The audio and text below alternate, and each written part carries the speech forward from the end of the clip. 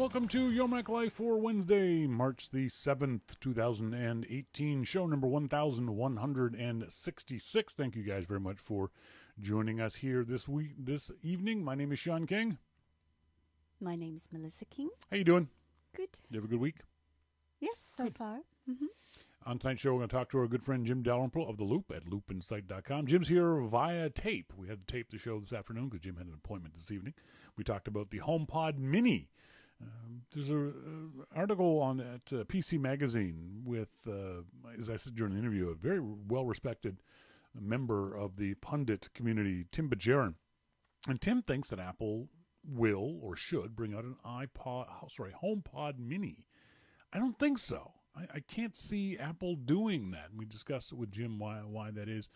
Either before or during the interview, if you'd like, send me an email to onair@yourmaclifeshow.com and give us your thoughts on the HomePod Mini. Have you bought a HomePod? What do you think of the HomePod after having used it for whatever period of time you've used it? Let us know on air at yourmaclifeshow.com. We also talked about the weird, creepy Alexa issue that folks are having, where Alexa's laughing at them for no apparent reason, which is deeply bizarre.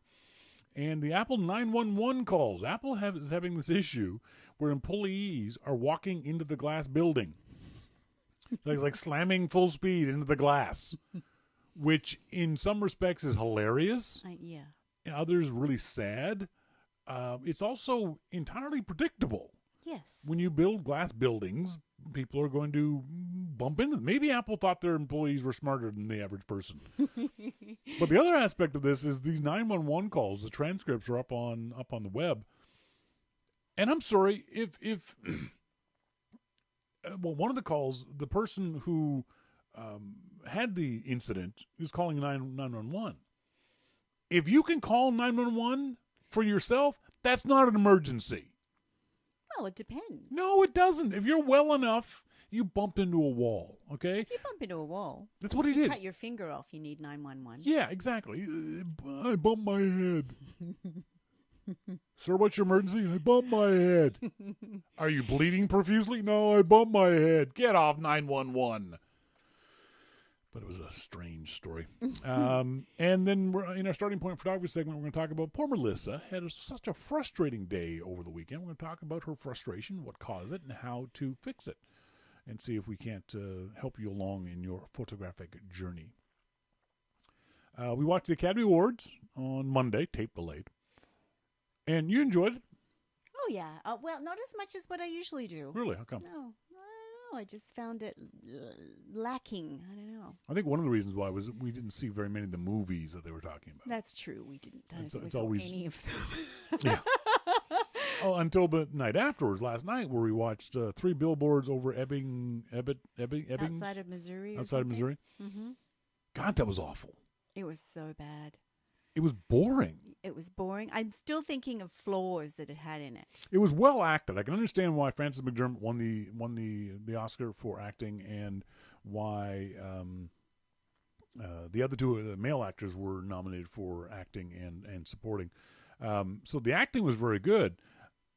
There wasn't any payoff in the movie. No. There wasn't any ending resolution. just frustrated me. Yeah, I get the ambiguity of the ending, but by that time I didn't really care. No. I didn't feel as much sympathy for her, or none for him, as you should have for a character going through that journey. Mm-hmm. And then the other bits that you and I were talking about, the guy beat somebody up, the cop beats somebody up, throws him out of a second floor window, and all he does is get fired? Well, no one paid for anything that they did. There was no there were no consequences for any of their actions. No. And there was no joy in the movie at all. No. There were moments of human connection, when Chief Willoughby coughed on Mildred, and for a moment there, she's like, "Oh, can I help you?" Mm. But it was just such a brief. She did that with her ex-husband too. This tiny little thing. And then when he picked up her file in the station, when the fire was happening on, remember when he picked up her daughter's file? Yeah. They would never leave a file on a desk like that. Ever. Yeah, especially if a cop would have been fired. Yeah. Those go away. But the files have to go away. And the fact that apparently he was burned so badly they had him in the hospital completely bandaged up, and yet a scene later, he's outside sitting drinking in a the beer. bar. Apparently mostly healed. Yes. Those kind of things just take me out of a movie. Oh. And plus the fact the guy was an unrepentant asshole Mm-hmm. that apparently Chief Willoughby thought all he needed was love to be a good detective. You're a good person. No, he's not. He's an awful person. He was a person of color torturer, as they he said in the was, movie. actually. So yeah, it just And then they brought along the African-American police chief who did nothing. did nothing. Yeah, he was... I don't even know why he came along. They sort of set it up by the police, and I love the line. The new police chief walks in and goes, "Shouldn't you crackers be working on your job?" With okay, so here we're going to have that racial thing set up, which could be kind of interesting to see how these crackers, as he calls them, deals with having a black boss. Mm-hmm. Nothing happened out of it. Didn't like, okay, here comes the black police chief. Something's going to happen through there. Nothing happened. It didn't matter that he was black. Yet they set it up that it would matter that he was black by him calling them crackers. Right. And so I'm sitting there waiting for this payoff, and there were all these hanging stories to it. It was frustrating. awful. We watched Coco with Rory. Yes. What do you think of Coco? Also won Academy Award. What do you think of Coco? Coco was good. Yeah, it was typical kids movie. Interesting you say it that way. Typical kids movie, but not a typical Pixar movie. No, they've changed. That's what got me. Mm-hmm. Was that I didn't know it was Pixar. Exactly? Sorry. Yeah, no. There wasn't any of the, or at least as much of the adult stuff. I don't mean adult humor, but Pixar movies always felt they were for kids and adults. Yeah. Whereas Coco just felt it was like a kids movie. Yeah. I mean, anybody could have done it. Yeah. And now maybe that's because of Disney's influence. They now own Pixar. It had the same rhythm of a Disney movie. Yeah. Mm-hmm. And it got a little dark. Mm-hmm. Guy murdered and poisoned somebody and murdered him. It's dark. But you tell, and this was very interesting.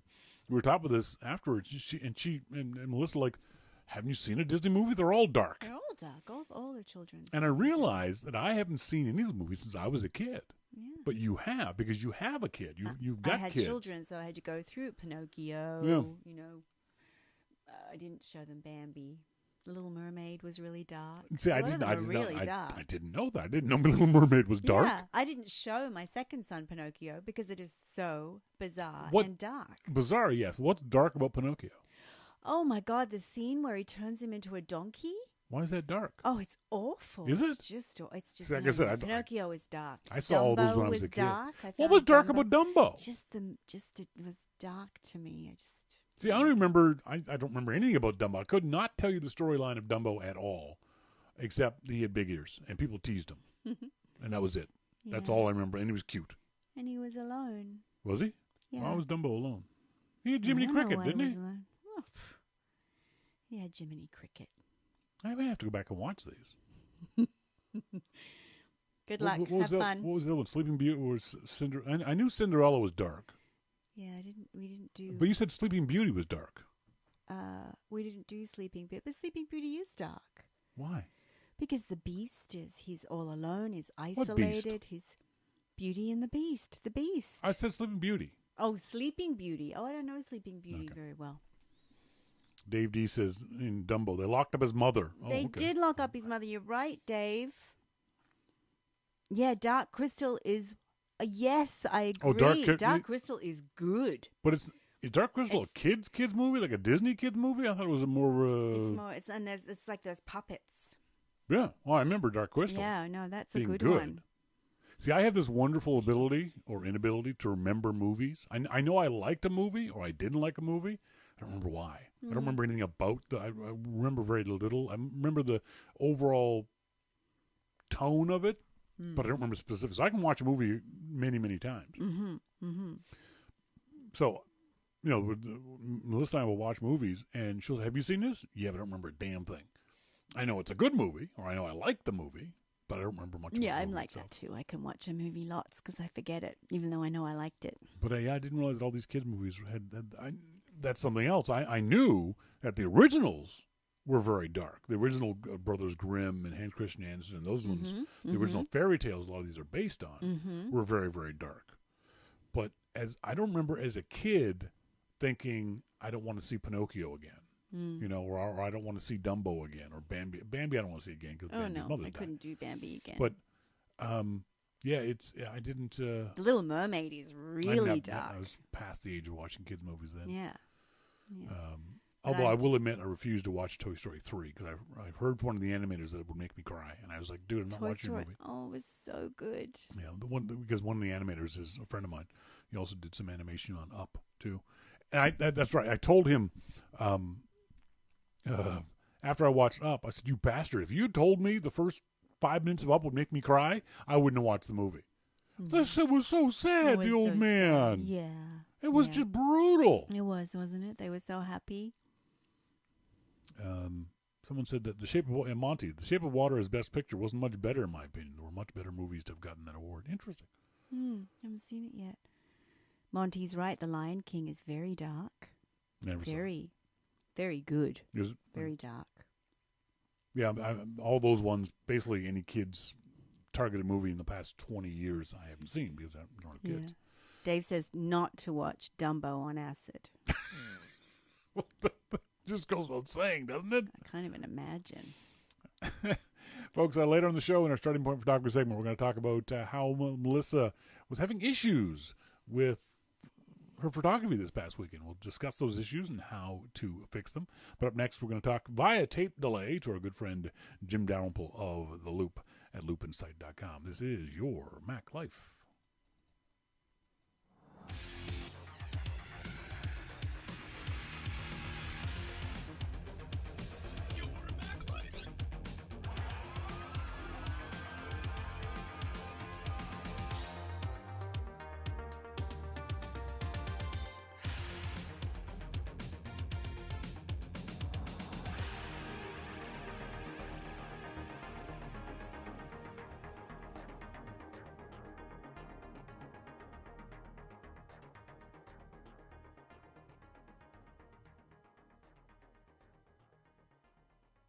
This is Shawn King, your Mac Life. Thank you guys very much for joining me here this Wednesday evening. This is a taped call with our good friend Jim Dalrymple of The Loop. Jim, how you doing? I'm doing good, Shawn. How are you? Good. One of the most respected members, I think, of the Mac punditry is a guy named Tim Bajarin, of Creative Strategies. He wrote a really interesting piece over on, I believe, PC World. PCMag.com. Why Apple needs a HomePod Mini. Do you agree with him on that? We talked about this before when HomePod first came out, and I think the only way that Apple is going to make any kind of a mini is if it still sounds really good, because that's what Apple put the HomePod out as. It didn't put it out as a virtual assistant. It put it out as a great speaker. Yes. And if they can't do a mini as a great speaker, I almost think that they'd be undermining the whole message for what HomePod is. Yeah. So, I don't have a problem with HomePod if there's a mini version. I do have a problem with what that may mean for quality. Tim writes, I'd be willing to pay $99 for a HomePod Mini if the speaker quality was at least 4 times better than what's on Echo Dot and Home Mini. I don't even know if Apple can do that with their stated goal of making this the best sounding speaker you can. Well, when you get smaller, your components get smaller, and your sound quality just naturally has to go down. I'd give $100,000 for a brand new Ferrari as long as it was, just as powerful as the full model.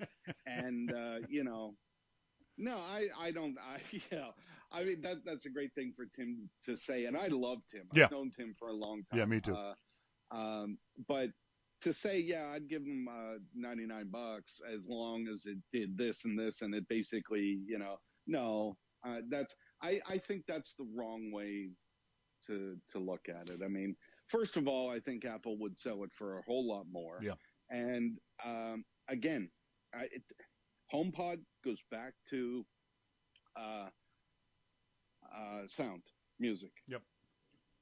So, it's rare that I disagree with Tim. As I said, he's one of the most respected guys out there. But this seems like Tim wants Apple to chase the market, to go after that low end where Amazon is, granted, selling, I got to assume, they have no numbers, but got to assume lots of little dots and lots of little devices that are designed for that virtual assistant area of the market, not for sound quality. So I think Tim's off the mark here. If he understands what the HomePod is supposed to be, which is, we can agree, a great sounding speaker, a smaller version, and it is, a smaller version isn't going to be able to accomplish that. Yeah. Now, at any price point.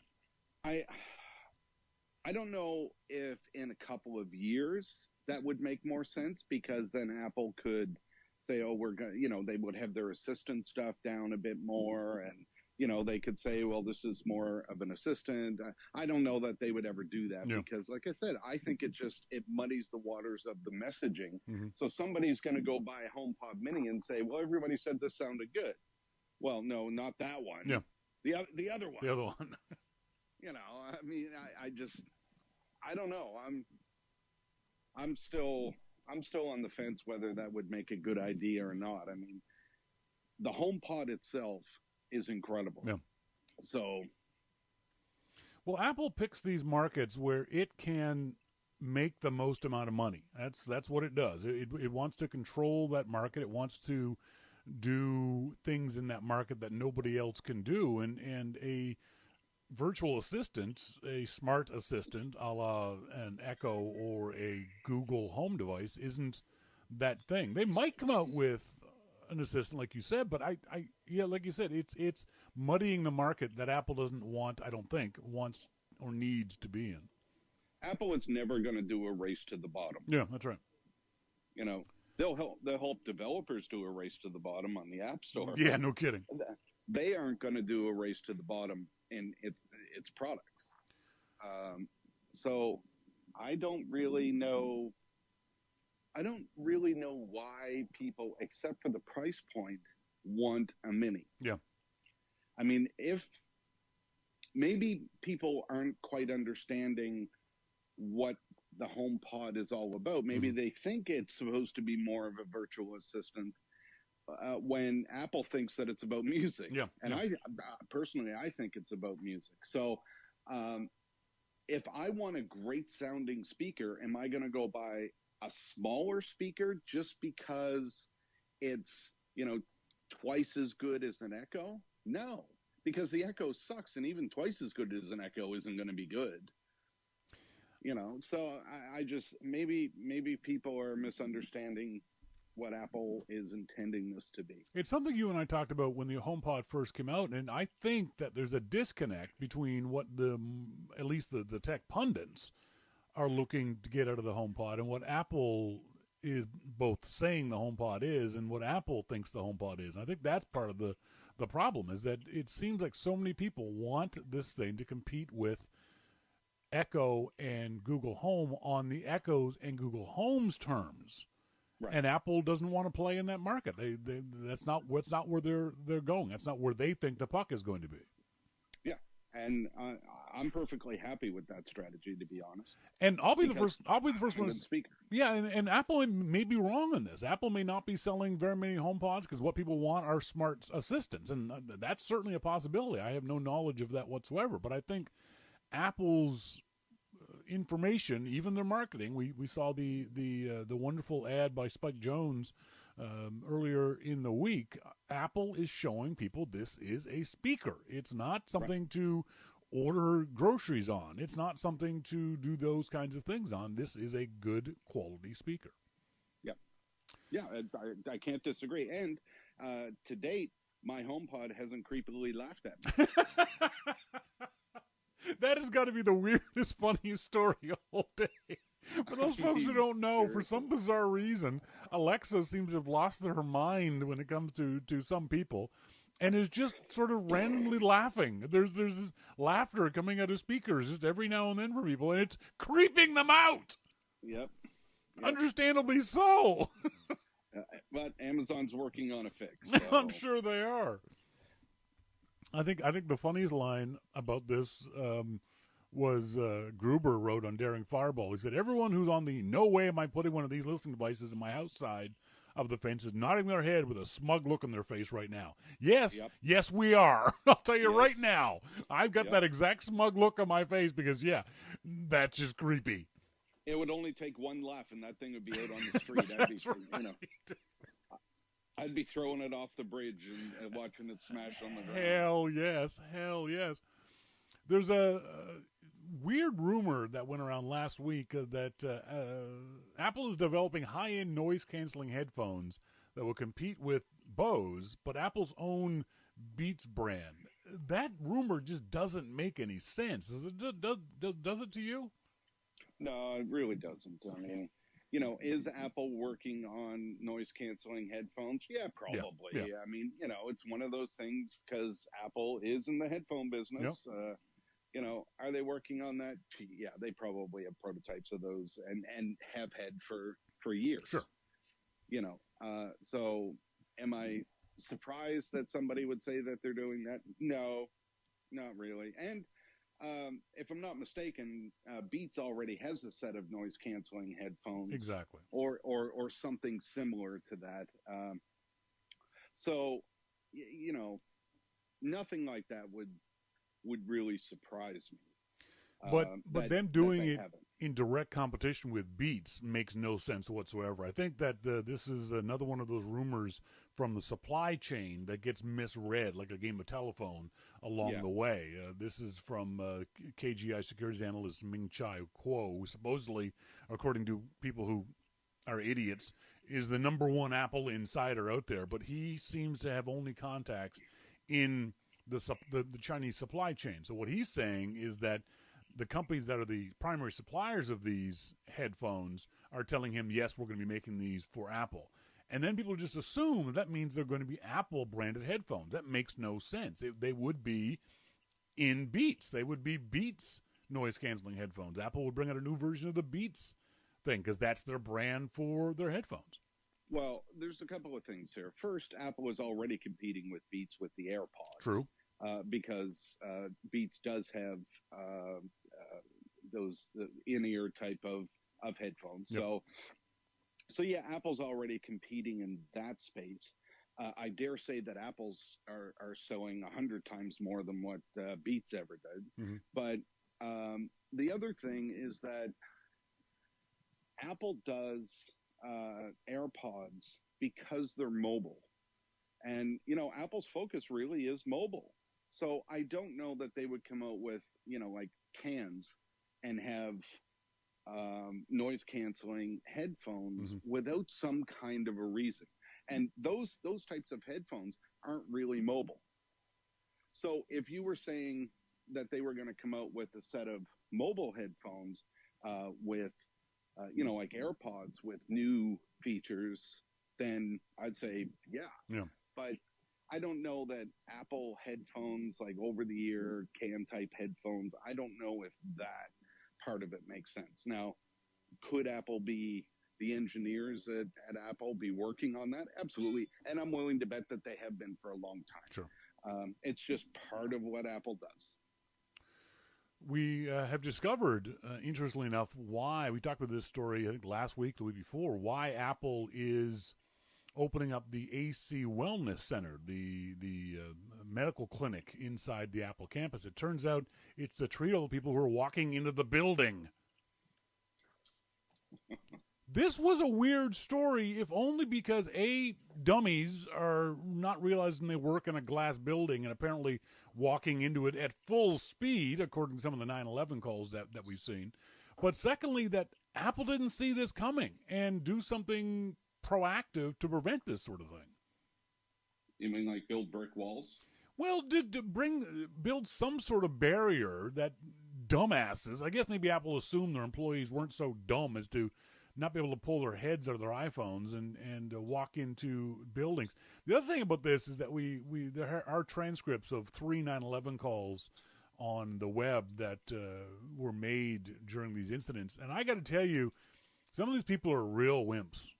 I mean, these are not 9/11 worthy calls. These are not emergencies. I bumped into a glass wall. Yeah, so? But Do you want me to transfer you to your mother? Yeah. That's pretty much it, isn't it? This guy literally, they have a small cut on their head and they're bleeding, slightly disoriented. And I'd be on the phone, I'd be 911 going, okay, why the hell are you calling me? Yeah. Put a Band-Aid on it. Or don't. Or no, exactly. Or just let it bleed, whatever. This is not an emergency. Wow. I didn't see that.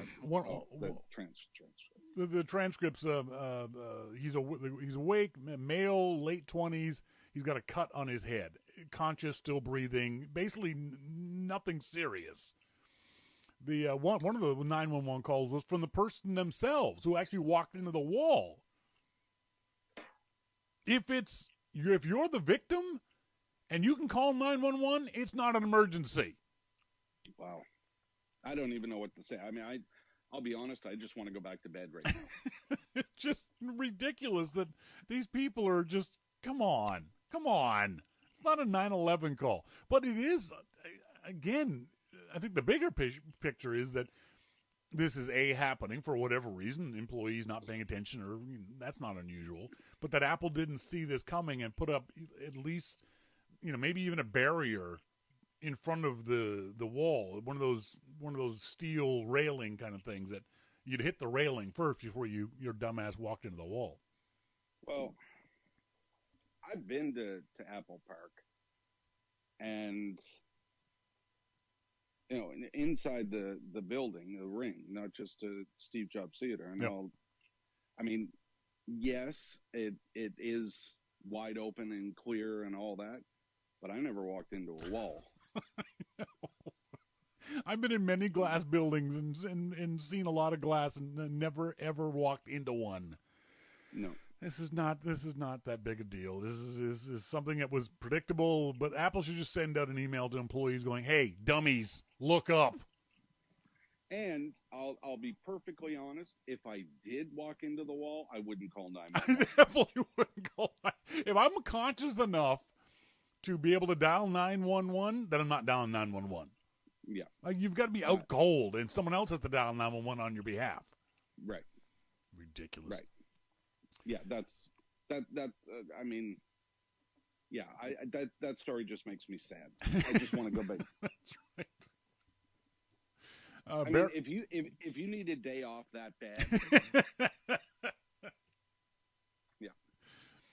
Barron's has a story from a survey by Piper Jaffray, and surprise, surprise, survey says people want cheaper, bigger iPhones.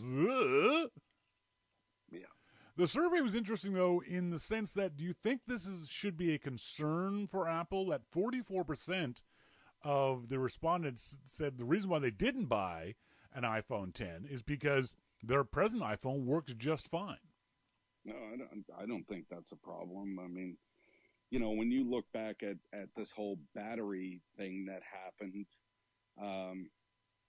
and now people are saying that their current iPhone works just fine. I mean, as a company, that's the kind of reputation that you want. Yeah. There are always going to be people that will buy the newest iPhone, and there are always going to be upgraders. But the fact that people are happy and satisfied with their current model, that's a good thing. I don't think it's that. I'm sure Apple is not concerned about this, but keeps an eye on this kind of thing. But as long as the people with older iPhones, let's say that means 2 versions back, maybe even 3 versions back, as long as those folks buy the next version, whether it's the iPhone 10 or whether, whatever it might be, as long as Apple has those folks still upgrading to iPhones, I don't think this is a big deal for Apple, because they're going to have plenty of folks, like you said, who are going to buy the latest, greatest version every single year. A lot of folks like me who will wait 2 years for a specific reason. For me, it was the iPhone 10's camera. And then you've got those other folks 3 years back. And I think this is, as you said, a great testament to Apple and the iOS, because they don't need to upgrade, because Apple's given them a lot of really cool new features in every year, in every version of the iOS, that folks don't feel they have to buy a new phone to get the latest, greatest iOS. Apple's giving it to you every single year. Right. Yeah. I mean, if if Apple was really concerned about that, then there's a way to fix it. Just put a kill switch in the phone and, kill off versions that are 3 years old. You know, but they're not going to do that. Yeah. And the fact that their equipment, all of their equipment across the board, lasts so long. I mean, that's a great thing. It's a great testament to the quality that they put into their products. It's interesting how sorry, go ahead. I don't think that's a concern. It's interesting how the media portrays these kinds of things, the facts of the survey, and they tend to read into things that this is going to be a concern for Apple. But I agree with you. I don't think it really is. It's something they certainly keep an eye out on to make sure that folks aren't not upgrading because they don't like the phone. They upgrade because they're not upgrading because they love the phone they have, and that means that when they do go to buy a new phone in 2 years or 3 years, they're more likely to buy an Apple. Sorry, right. An I iPhone. mean, if you go look at whatever's happening at this point and say, I'd like to go buy a new phone. Do I buy another iPhone because it's really shitty and it didn't last the first time I bought it, so I'll go buy another one? No, that's not the way you think. Not the way it works, usually you think, okay, I need a new phone. This one is old and it's not working the way that I want it to anymore. It's lasted 3-4 years though, so I'll go buy another iPhone. That's right. Yeah. That's how people think. Exactly. I mean, when I go to buy a TV, I go in and I look at LG. I've had LG for years. I love the way they work. Their quality is great. The picture is great. So chances are I'll go buy another LG TV. Yeah. I'll look around, but chances are it's going to be LG because I trust that. Speaking of trust, this has got to be, for me, the funny story of the past week from The Guardian in the UK. Rage against the machine. Self-driving cars are being attacked by angry Californians. What? I didn't see that. The great promise of self-driving cars is that they will save innumerable lives by removing the most fallible and unpredictable element from vehicle traffic, the human. But, in San Francisco at least, fickle human behavior is taking a stand. 2 of the 6 collisions involving autonomous vehicles in California so far this year involved with humans colliding with the self-driving cars, apparently on purpose. On January 10th, a pedestrian in San Francisco Mission District ran across the street to confront a GM Cruise autonomous vehicle that was waiting for people to cross the road. The pedestrian was shouting and struck the left side of the Cruise AV's rear bumper and hatch with his entire body. Now, for those folks who aren't familiar with the Mission District, you want to explain them what that is, Jim? Well, that happens every day. Exactly. I mean, I was in a Jack in the Box with Peter Cohen years ago. Yep. And we were staying in a hotel because the hotels downtown were all sold out. We were staying in a hotel, and I forget what it was. It wasn't a Marriott up there, but something I think that started with an M, and not in the best part of town. Mm-hmm. And we walked in, and there was a chalk-out line on the floor of a body. Uh-oh. And in the middle of the night, somebody was rattling my door handle to get in. So the next day, Peter and I went down the street to Jack in the Box. Yep. And this homeless guy walked in and said, "I am Mr. Jack in the Box. Free fries for everybody." Okay. He was giving this speech about how he was Jack in the Box, and security had to come. Yeah. And they came, and I mean, he probably ran out into the street and ran into a car. Exactly. It happens all the time. It's a pretty eclectic neighborhood down there. Cars being attacked in San Francisco in the Mission District is not an unusual story. I think it might have been just coincidental that it was an autonomous vehicle. Yeah. Yeah. But it sort of points to that thing that you and I have talked about in the past, that people and humans and cars, autonomous vehicles, are not going to get along very well for the first probably few years, we'll hear a lot of these kinds of stories about people cutting off autonomous vehicles and running them off the road and just general hatred towards them or general mischievousness towards them. You know, when this story comes up and it happens somewhere outside of San Francisco, I'll buy into that story. Yeah. But as long as it's happening in San Francisco, you know, no, because that happens whether the car is driving itself or not. It's not just cars that apparently San Franciscans hate. They just generally hate robots. In December, the local SPCA animal shelter removed its 400-pound Nightscope security robot from the streets around the building amid backlash from residents and the homeless population who complained the robot was harassing them.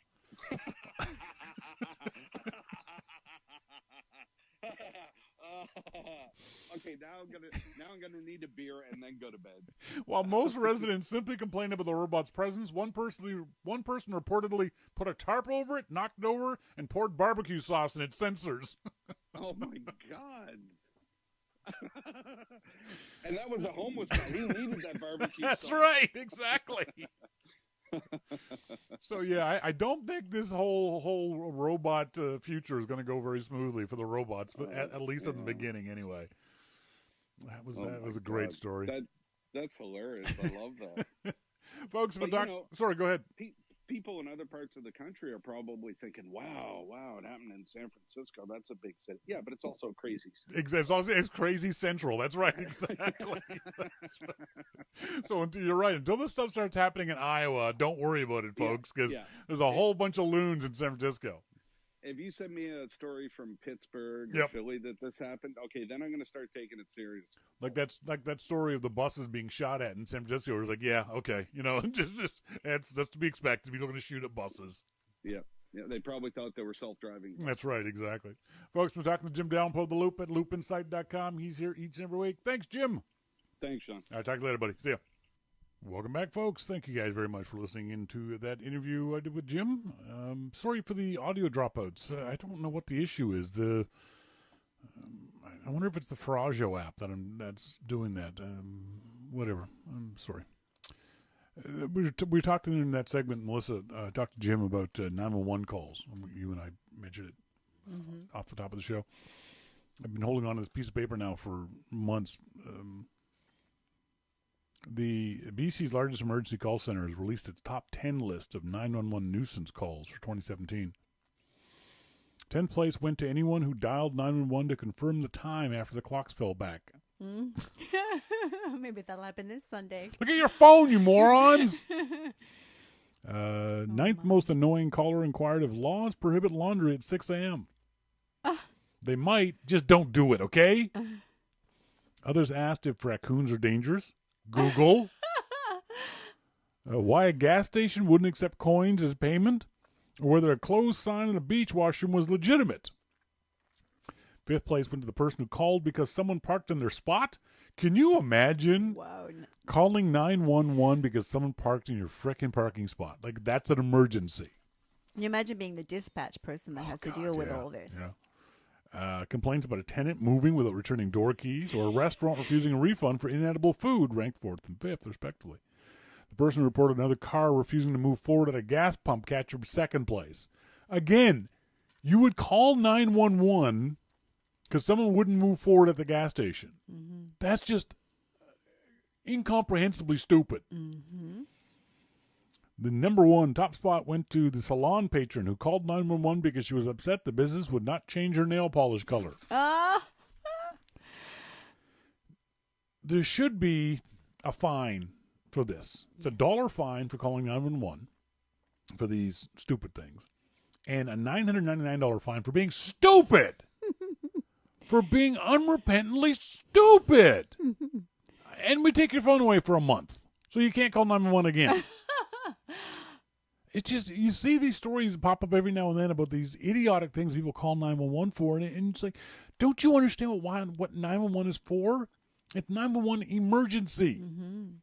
You're wasting time of the emergency personnel, and the emergency personnel should be going, you're a fucking idiot, hang up on you. They should be legally allowed to do that. You get one of those a day. You get to say that to someone, you're an idiot, hang up. Yeah. God, that's got to be frustrating and annoying for them. Mm-hmm. There are some services, I think in New York City, and Mo is not here, so he can't help me. I think it's 311 in New York City for general calls about government services and weather and time and that kind of stuff. Yeah. And that's fine. Yeah. But again, Google it. Why are raccoons dangerous? Google it. Are raccoons dangerous? Well, if they're foaming at the mouth, and there's that exactly. In our starting point photography segment, oh, that's right. Monty mentioned something about that. The calls he got were amazing. Sorry, in our starting point photography segment this week, we went out to a local park, Cliff Gilker. Cliff Gilker Park. Beautiful. Here on the Sunshine Coast, and went for a walk in the woods, which those of you who know me know how disturbing that was for me. Not a fan.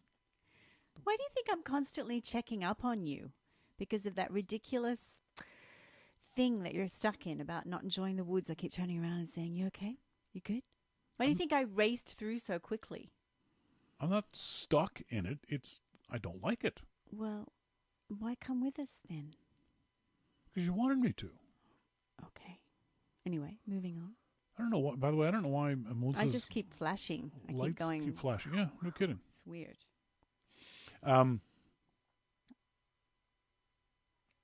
was I going to say? We went for a walk in the woods. woods. I didn't realize that's why you guys were going through because you guys were jogging through the woods, and for me, I found that annoying, only because if I'm going to be in the woods, especially with that kind of light, what I was doing while I was lagging behind was because I was stopping all the time and just looking around and looking for the light. Mm-hmm. Looking to see if and that's the thing. That's something I talk about in the class all the time. Look for light. Mm-hmm. Look at light. See the light. Because the light, especially in that kind of environment, with the trees and the canopy and that kind of thing, can change 4 feet from where you were last time. The view can change. You turn around and look behind you. Maybe the path is curved in such a way, and a tree has got green on it in such a way that it becomes a beautiful image. Mm-hmm. So that's why one of the reasons why I was going slow. But the other reason was if I'm going to be in the woods, I'm going to walk and enjoy myself. Oh, I thought you were in shock. No. I wasn't shocked by the fact that our 12-year-old, who doesn't say a word to us from the time he comes home to the time he goes to bed, would not shut the hell up the entire time he was in the woods. There are 2 Rorys. There's an inside Rory who never says a word, except to bitch about things. And there's an outside Rory who just talks constantly the whole time, the whole hour and a half we were in the woods, just talk. It was very funny. It was very cute. Yes. That's why I like to go outside with him. He's determined to go to Everest. He wants to go to Everest Base Camp. Doesn't want to climb it. He just wants to go to base camp. Let's go to base camp. That's high enough. But it's very funny how, he's very non-verbal at home. Well, non-verbal's the wrong word. It's not non-verbal. He's not very talkative at home. Really? He's kind of at He's home. playing Xbox. Yeah. But once we get outside, it's just constant. It's very funny. You just have to go, Yeah. right, yeah, really? Oh, that's what I do. He's a whole different kid when he goes outside. So Melissa took the Olympus M1, which has become her camera, and went out to take pictures. Except, what happened, Melissa? Okay, well, I don't know why I was a subject.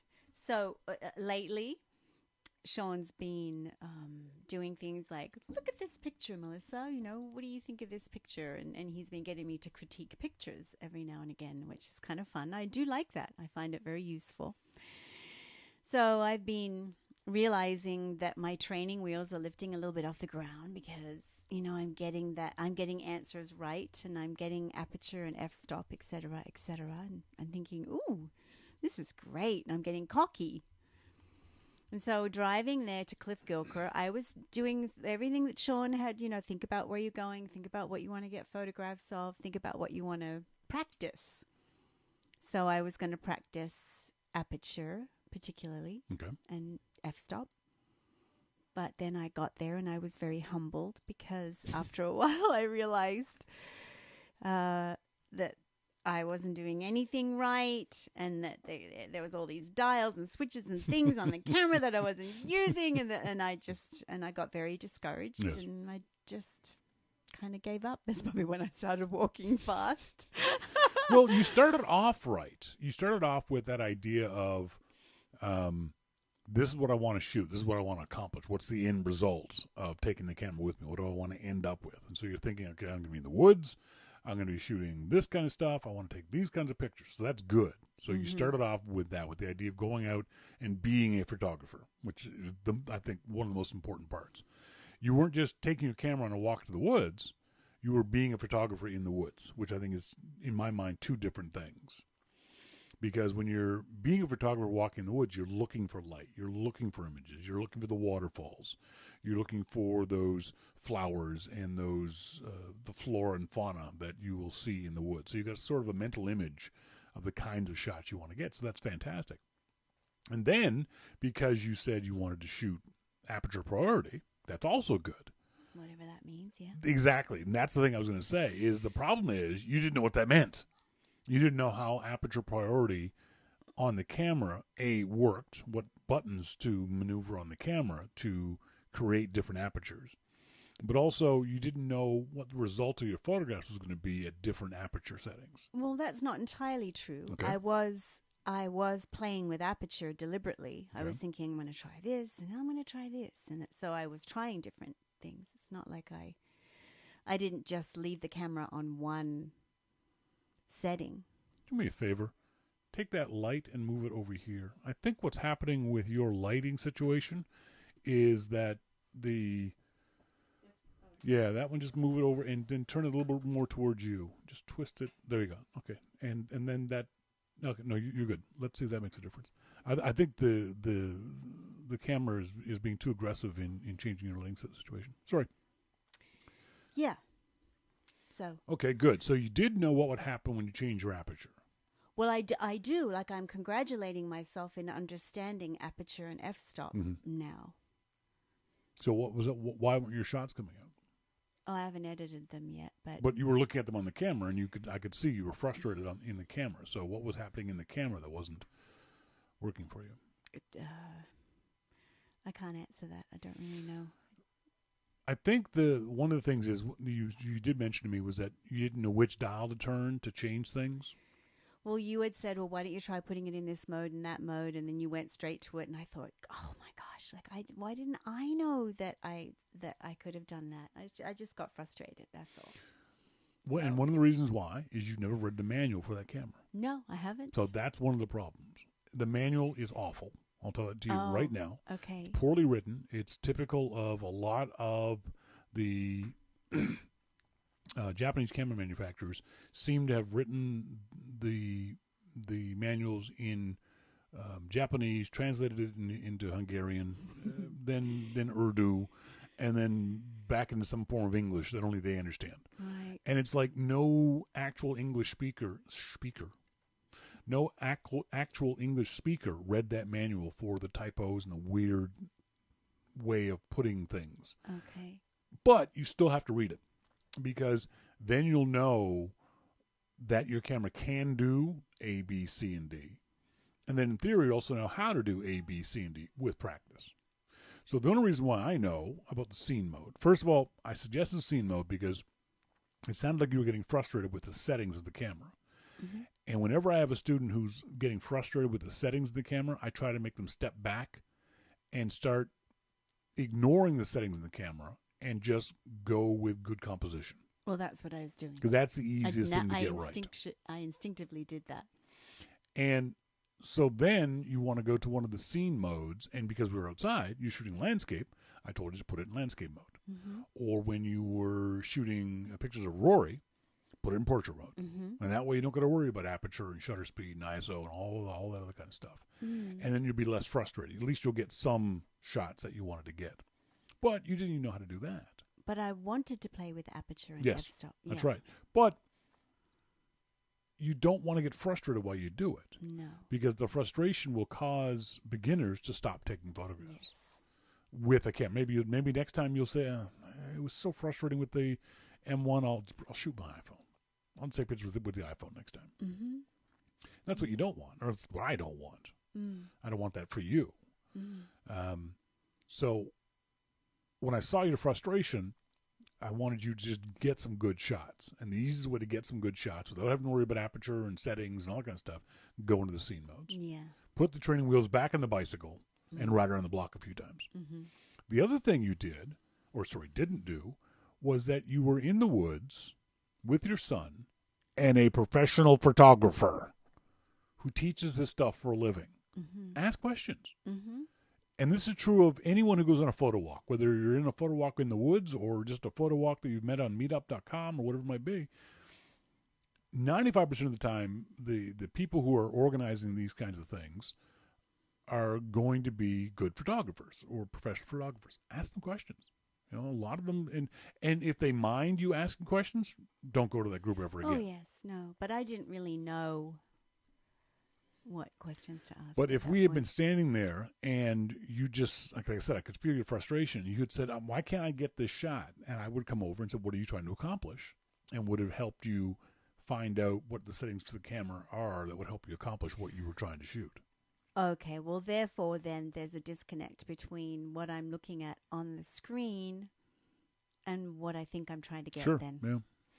And that can be fixed, maybe, depending on what you're shooting, with knowledge of what are you not doing on the camera that is preventing you from getting that mental image, that the visualized image that you've got of the waterfall or of Rory, or of, it might be something as simple as, say you're taking a picture of Rory and his face is really dark. Well, move him toward the light, or you physically move around, or the focus on the camera. Maybe your focus was over here instead of being on his face. I tried to play with that a bit, but I couldn't get the green square.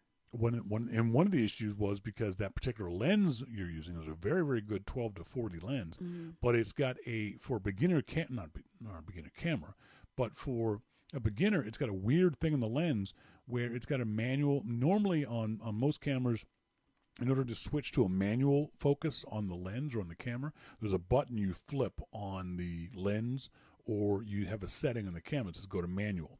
That one of the focus rings is it clicks forward or clicks back to go from manual to automatic focus. And if you don't know that, you can't figure out why won't this lens focus or anything? Exactly. There's no green square, there's no beep, there's no nothing. I didn't it's know because that. the camera's expecting you've changed it, you've changed it inadvertently to a manual focus lens, and so therefore there's no point in having that green square there because you've taken over the manual control. Exactly, I didn't know that. So that was one of the problems too. So I lost my green square. So I didn't know where it had gone.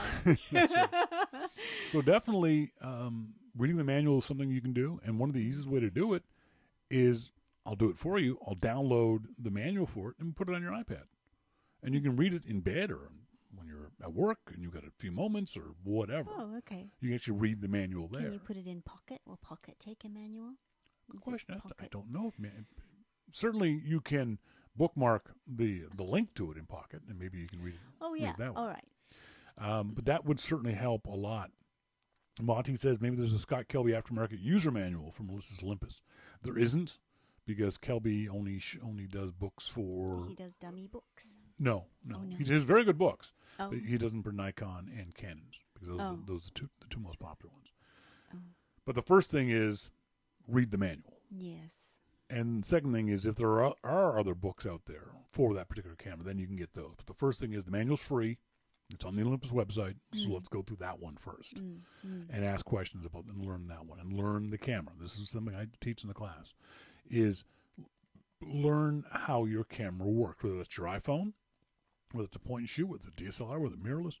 Learn what those buttons do. You don't have to become an expert in the buttons, but you at least need to know where the buttons are, what the buttons do, and how to accomplish things. You really do. Where's scene mode? Yes.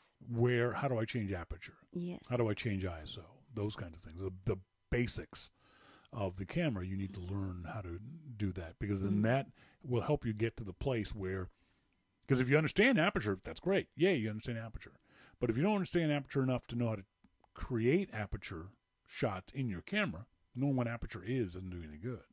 Knowing that a big aperture does this and a small aperture does that doesn't do any good if you can't translate into images on the camera. Does that make sense? So yeah, next time, ask questions. Don't just be frustrated, and don't think that you're bothering the photographer on the photo walk, because if he or she gives you the impression you're bothering them, go someplace else. There's 1,000 meetup groups for photography out there. If someone's not treating you properly, then go to a different meetup group. Yes. But ask questions of the photographer that's with you. A good photographer has no problem helping you out. He may not be able to know specifics about that camera. If someone asks me a specific Canon question, how do I change the ISO on my Canon? I can't help them because I'm not a Canon guy. But I can try to say, hey, maybe it's in the menu settings kind of thing. So the photographer will try to help as much as he can. So use that knowledge. Use the knowledge of the people you're with to take shots. Arcsign says, Shawn, I really like photography books that are focused on a camera model instead of the user manual. In fact, I think those books come before opening the manual. Yeah, Arcsign, that would be true. I still say go to the manual first because, again, it's free. And because Melissa has the resource of me, we don't need to spend $30 on a book when once she reads the manual, she can say, I read this in the manual, how do I do this? Oh, it's that. But I get your point. I take your point. But I have one more quick question. Go right ahead. So my intention, and I don't know if this is correct or not, was I was going to play around with, which I did. I play around with aperture a little bit more nervously with the f-stop thing. And then I thought if I took this aperture for this one, then I'll take that one with this aperture and this one. And then when I came back, I thought when I edited that I might be able to learn from the editing process. Absolutely. That's something I definitely would have suggested that we do, is instead of going for a walk in the woods, go be a photographer in the woods. That was our goal, was just a walk in the woods. We were taking the cameras with us, right? So next time, let's just go someplace, and we'll do that aperture thing. It's something I tell all the students. Find a object that's about 3 feet in front of you that's got another object about 3 feet behind it. So it could be a flower and a tree.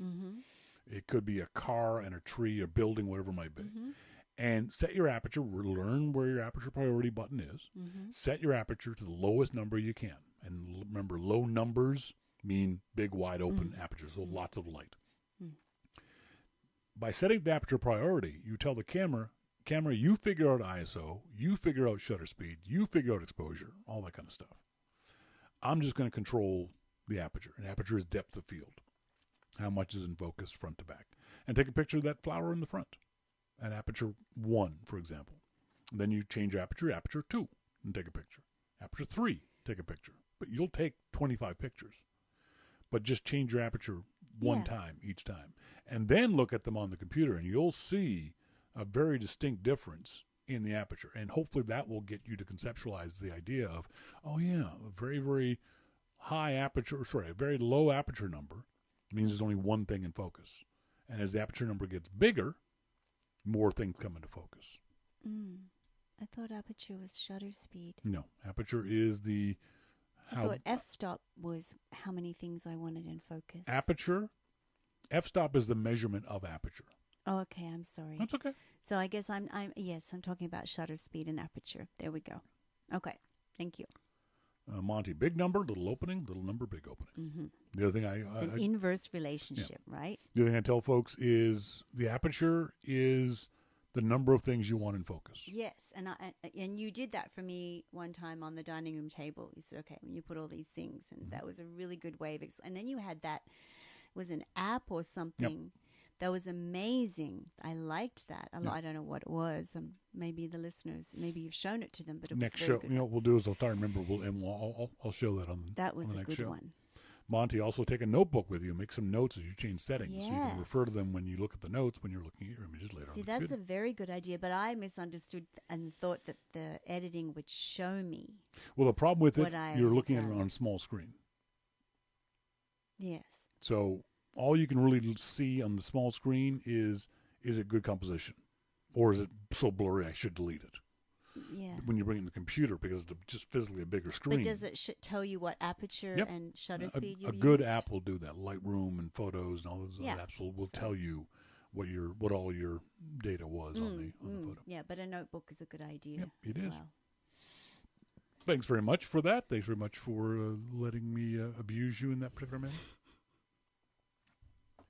Your next line should have been, "No, you're not abusing me, Shawn. No, Come on. you abuse me all the time. I do not." Oh, it's true, but still.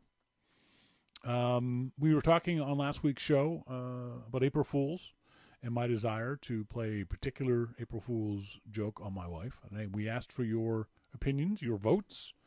And so far, Melissa, I hate to break this to you, it's a 10-10 tie.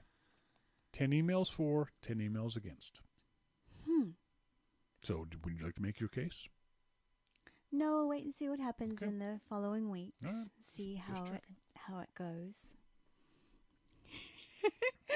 Roddy Paws sends an email. I picked up my custom molded earplugs today from my audiologist. You may remember I had mentioned buying a pair last year. Well, this is my second pair because I lost my first. Welcome to my world, dude. I'm guessing you know how it is to lose stuff. Unfortunately, I have a bad habit of mindlessly putting stuff down and walking away from it. I think I took my wallet out of my pocket and the earplug case flew out without me noticing. Either way, the results sucked. He says the earplugs are from Etymotic and are a really great product. The nice folks at etymotic.com on their website will actually hook you up with a local audiologist who will make ear molds for you, and then you ship those ear molds off. No. If I remember correctly, the way it works is you buy the Etymotic product, and then the audiologist does the ear mold with the Etymotics in your ear to get a good seal. Something like that. Anyway. If you want really good sound, nothing beats custom molded earplugs because they fit flush in your ear and they block out almost all other sound. I've had a few pairs, lost them. A few pairs over the years, and it really is remarkable, the difference. One of the biggest differences I found was in volume. You don't have to have your music up nearly as loud when you blocked out. Thing. Oh, it's absolutely a good thing. When you blocked out all the ambient noise, you don't need to crank up your music nearly as loud. The other reason why I like the Etymotic stuff is they don't block sound so much as what they call attenuated. They lower the volume of external sound. Because as a motorcyclist, I don't want to block sound. No. Because I want to be able to hear the fire engine, the other car, that kind of stuff. But I do want the volume of it lowered. I will often use my Etymotics without music. Just to lower the volume. I don't have a loud, noisy Harley. My bike's like a freaking sewing machine. It's almost embarrassing how non-noisy my bike is. But I still like to have that noise attenuated, that the decibel level dropped down to a level that's very comfortable to be around, but can still hear all the sound. I can hear people talking to me. I can hear cars. I can hear all that stuff. So, oops. I'm gone. You're gone. Hang on. Click, click, click, click, click. Why is the battery... What? That's interesting. This thing is plugged in, and yet it's getting a low battery warning. That's really strange. That should not happen like that. It is plugged in? Well, yeah, it has to be plugged in, otherwise we couldn't see you on video. Oh, right. Thanks for that, Roddy Boss. And so how much are they? Sorry. They vary. They can be anywhere from, generally you're going to spend $100 on a decent set of earplugs and another probably $100 on the molded ones. So they must also just be in the business of making molded here. Like they don't just do that, do they? No, Etymotics doesn't. Etymotics sends you to an audiologist. Oh, they don't do it themselves. Oh. They have a listing on their website that says, you know, here's a local audiologist that'll do it for you. Okay. You can also do it yourself too. You can buy the molding thing, but I don't recommend that.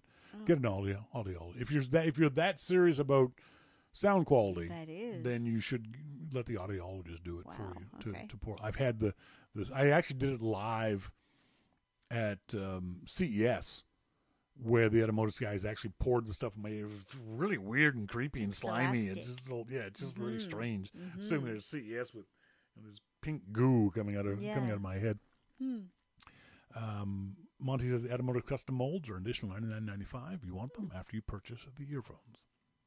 He's so smart. He always has really these is. quick answers, doesn't he? He knows.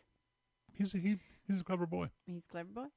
Even when he's sick. Monty points out, I don't think Olympus is a popular enough camera model yet to have people writing those books for their product line yet. Yeah, that's pretty much it.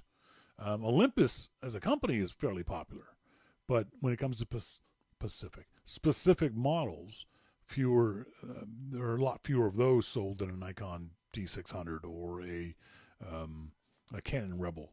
So manufacturers or writers want to write for the biggest possible audience, and the M1 just isn't that big of an audience to make it worth. Maybe worth I wouldn't while. have got a camera like that if I had got a camera for myself. You know what I mean? Possibly, yeah. Mm-hmm. It depends on your goals of what kind of camera you want to shoot with. But I'm grateful for it. Don't think not. That's good. Seeing as the battery's going to die on that, we should wrap this show up. Was there something else we wanted to do? No, I think it was it. I want to say thanks, as always, to our good friend Jim Dalrymple of The Loop at loopinsight.com for being here each and every Wednesday. Thanks to you guys also for being here each and every Wednesday. But more importantly, thanks very much to the cute redhead over there for being here each and every Wednesday. And hope she's here every Wednesday for the rest of my life. Folks, as always, I've been Shawn King. And I'm Melissa King. And you've been listening to Your Mac Life. Bye, all. See ya.